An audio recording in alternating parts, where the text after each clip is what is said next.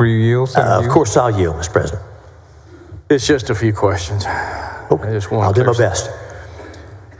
So just to clarify for the world, this isn't voter ID, right? It has to do with voter registration, not actual voting itself. That's right, sir. Voter registration, that's right.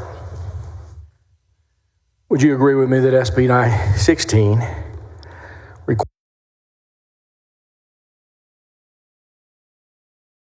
what the National Voter Registration Act requires? To vote in state elections, yes. Yes, sir. That's right. To vote in state elections. Well, we often have state elections, and on those state elections are federal candidates, correct?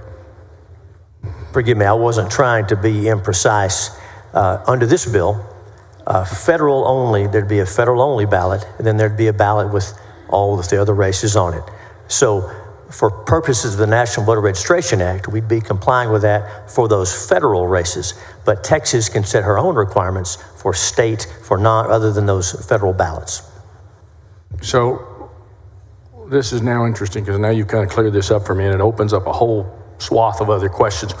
So you're setting up two different manners and means by which to get your voter registration card? Well, essentially, you would register to vote in one place, one process, but depending on whether the person seeking to register had proof of citizenship, they would be registered for all elections or for that federal ballot only. So two different streams here. Well, to the voter side, from the voter side, it would be a seamless process, but on the registration side, there are two separate systems. That's right. And under your system, under this proposed law, you're doing an extra step, which is proof of citizenship. Senator, that's right. It's similar to what the state of Arizona is doing, and which has been upheld by the federal courts. The state of Arizona was upheld in federal courts? Yes, sir. Are you talking about Arizona versus Intertribal? No, sir. I'm talking about what they started doing after Arizona versus Intertribal. Okay, so Arizona versus Intertribal, specifically the holding was that Arizona is not permitted to require a federal form applicant to submit information beyond that required by the federal form itself. In other words, what they try to do in Arizona is specifically what you're doing here. No, sir. I didn't mean to interrupt. I'm sorry. Go ahead. Pretty darn close. Maybe you can explain it away. After that Arizona ruling, a couple of things. You'll recall that Justice Scalia provided a roadmap for one way that states might address this, and that's to petition the EAC, the Election Assistance Commission, to add this requirement. If the EAC says no, then the state would file suit and would prove their case. So that is in Senate Bill 16.